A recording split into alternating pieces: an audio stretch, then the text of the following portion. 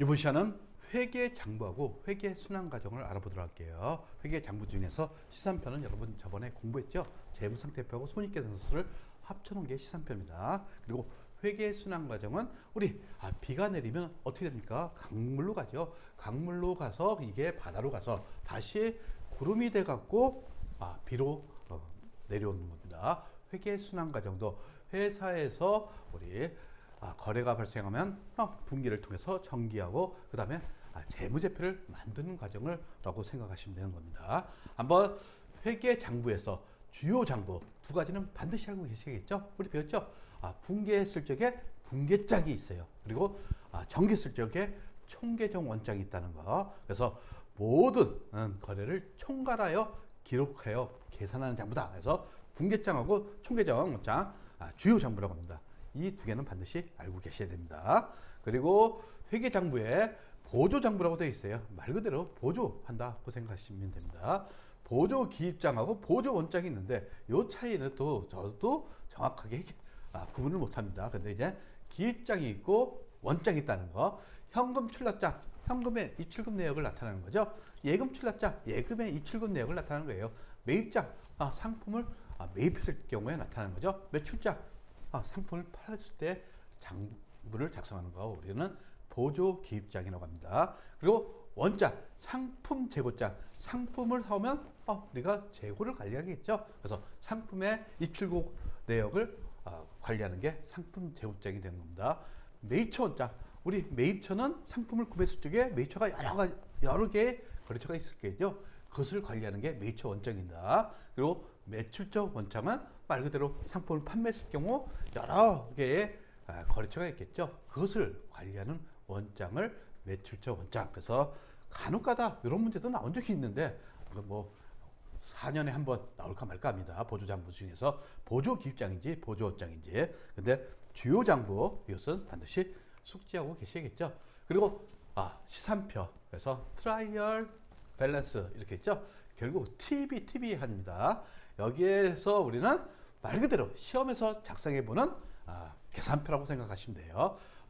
여기에는 대차 평균의 원리에서 오류를 찾아내는 자기 검증 기능이 있다고 제가 저번에 설명했어요. 결국 대차 금액적인 오류만 찾아낼 수가 있습니다. 계정 과목을 잘못 적었어요. 이것은 찾아낼 수가 없어요. 금액적인 오류만 찾아낼 수 있다는 거. 그리고 자산, 부채, 자본, 수익, 비용 계정의 순으로 배열되어 있다는 거. 이것은 나중에 여러분들이 보시면 알 겁니다. 이제 프로그램을 통해서 자산이 있고 그 다음에 부채가 있고 자본이 있고 수익이 있고 비용의 순으로 배열되어 있다는 거. 그리고 유용성은 분기하고 정기 과정에 금액적인 오류를 파악한다고 그랬죠. 금액적인 오류만 파악합니다. 다른 오류는 파악할 수 없어요. 이게 중요한 거죠. 이게 금액적인 오류. 계정 과목을 잘못 적었어요. 이것은 파악할 수 없어요. 금액에 틀리지만 우리 파악할 수 있는 게 시산표입니다. 그리고 재무제표. 결국 뭡니까? 이 시산표가 재무상태표하고 손익계산서가 같이 있다고 그랬죠. 그래서 개괄적인 회사의 재무상태나 경영성과를 알 수가 있어요. 그리고 여기서 보시면 종류. 학계시산표, 잔액시산표, 학계 잔액시산표 세 가지가 있어요. 근데 우리가 주로 뭘 사용합니까? 학계 잔액시산표를 사용합니다. 그러니까 학계하고 잔액이 다 있는 시산표, 학계만 있는 시산표, 잔액만 있는 시산표 이렇게 구분이 된다는 거 이따 보여드릴 겁니다. 그 다음에 시산표 등식. 이것은 반드시 숙지하셔야 됩니다. 근데 이것의 기본적인 거, 기말 자산은 기말 부채에서 기말 자본을 더하시면 기말 자산이 되는 거죠. 이 식은 다 알고 있죠. 자산 이퀄 부채 플러스 자본이에요. 다 근데 기말이에요. 근데 기말 자본은 어떻게 계산됩니까? 이게 중요한 거죠. 기초 자본에서 단기 순이익이 있으면 더하고 단기 순손실이 있으면 마이너스 하는 게 우리 단기 순손익을 플러스 마이너스 한다. 이렇게 표현하시면 되는 겁니다.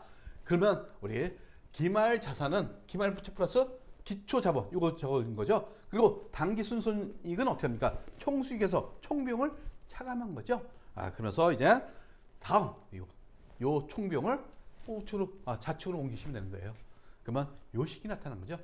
여기서 가장 중요한 것은 요거죠.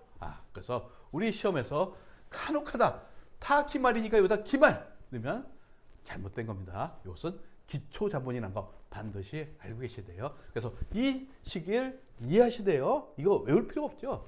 결국 기말 자산에서 기말 자산은 기말 부채 플러스 기말 자본이다. 그리고 기말 자본은 기초 자본에서 당기 순손익을 플러스 마이너스 하는 거다. 이것을 아시면 쉽게 할 수가 있어요. 결국 지금 보시면 이게 합계 잔액 시산표 양식이죠. 결국 여기 합계만 있으면, 그러니까 잔액은 없고 합계만 있어요. 그러면 합계 시산표. 잔액만 있어요. 네? 우측에 잔액. 이럴 경우에는 잔액 시산표가 되는 겁니다. 근데 이거는 합계하고 잔액이 다 있는 거죠. 그래서 합계 잔액 시산표라고 합니다. 그래서 우리가 주로 보는 게 합계 잔액 시산표를 봅니다. 뭐 잔액 시산표, 합계 시산표 이거에서 문제 나온 적이 없어요. 그리고 순서가 있죠. 이게 왜 현금이 맨 위에 있어요? 여러분 유동성 배분법 때문에 그렇습니다. 그리고 쭉 가면 외상매금 부채죠. 쭉 내려서 수익 비용 순으로 나타난다고 그랬죠.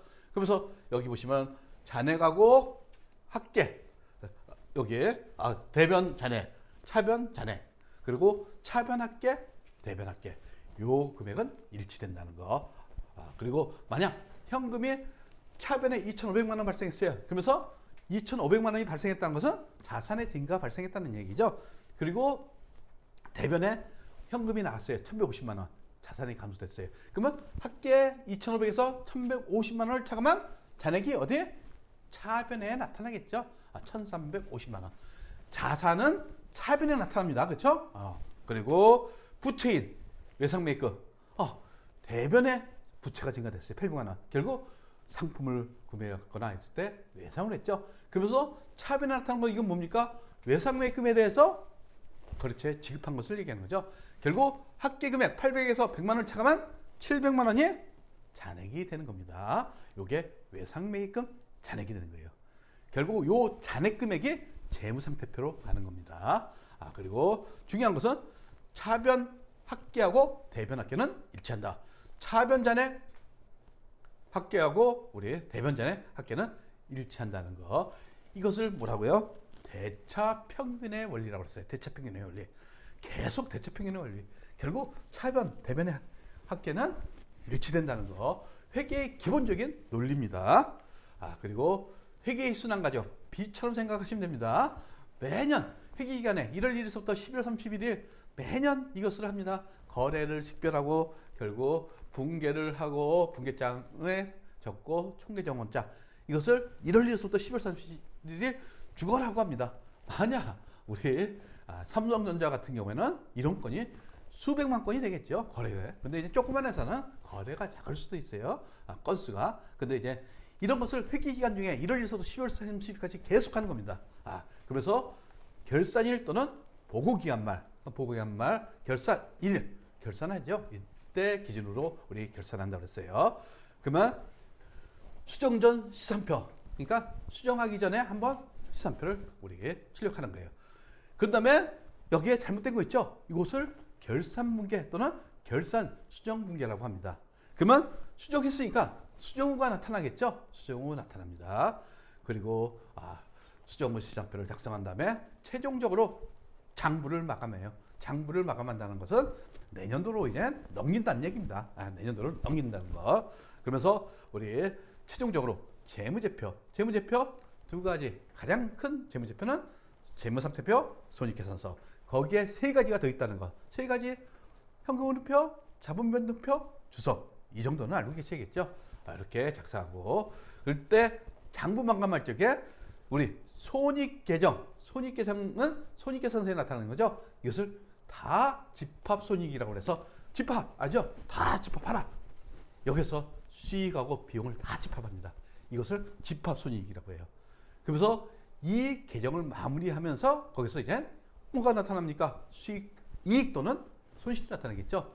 그래서 재무 상태 계정에, 즉 자본에 반영된다는 얘기입니다. 그리고 이렇게 집계한다는 거. 그래서 손익 계정을 먼저 마감하고 그 다음에 집합 손익 계정에 다 집합한 다음에 재무 상태표 계정으로 마감한다는 거. 순서를 알고 계시면 되겠죠. 그리고 개인 기업일 경우에는 손익계산서를 먼저 작성한다고 저번에 얘기했어요. 그 다음에 재무상태표를 작성한다고 되어 있습니다.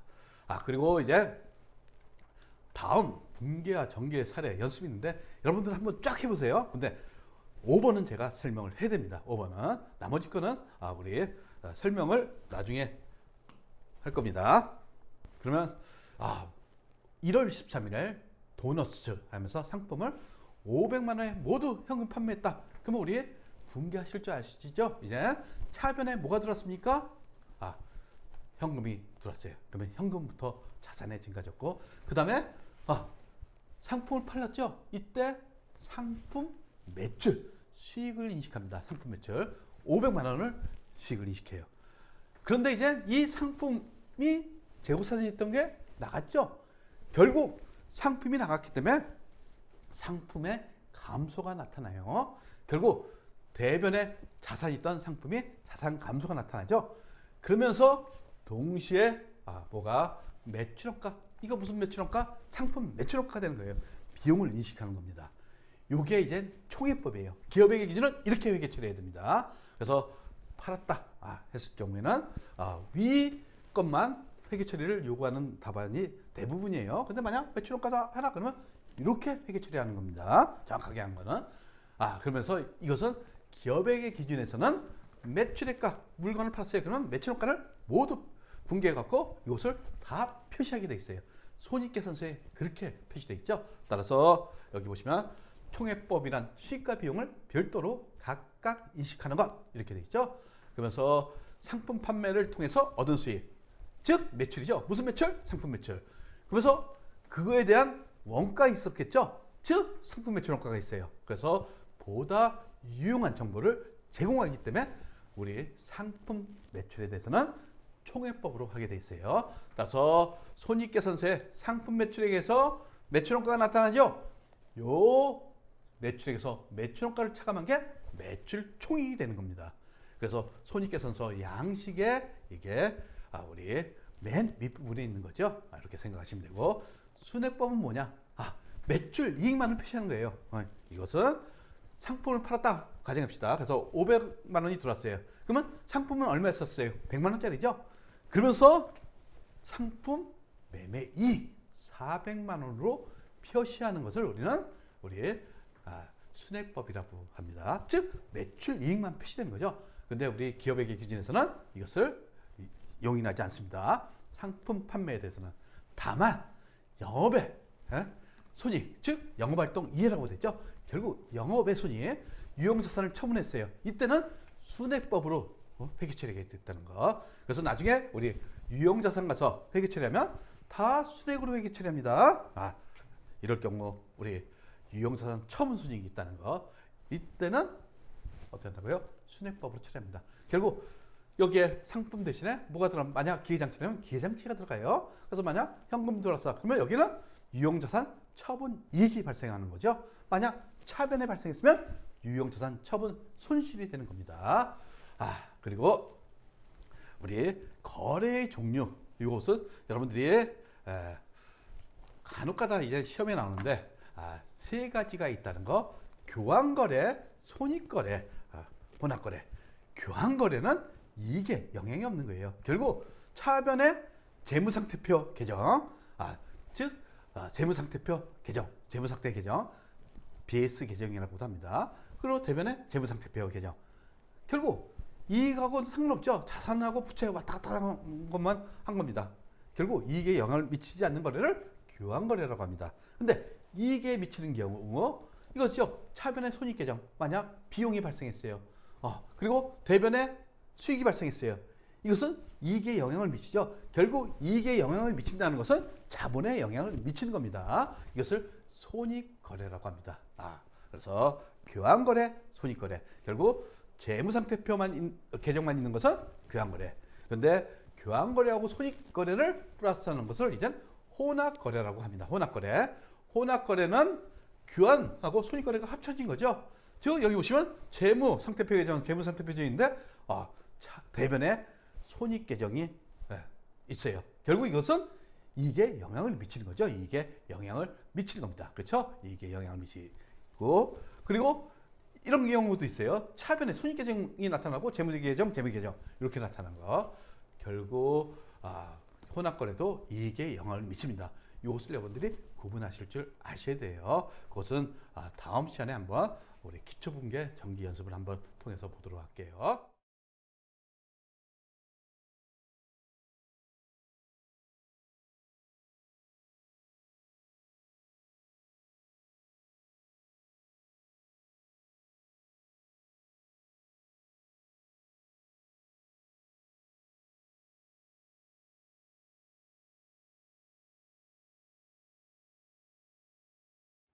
구독과 좋아요는 우리에게 큰 힘이 됩니다.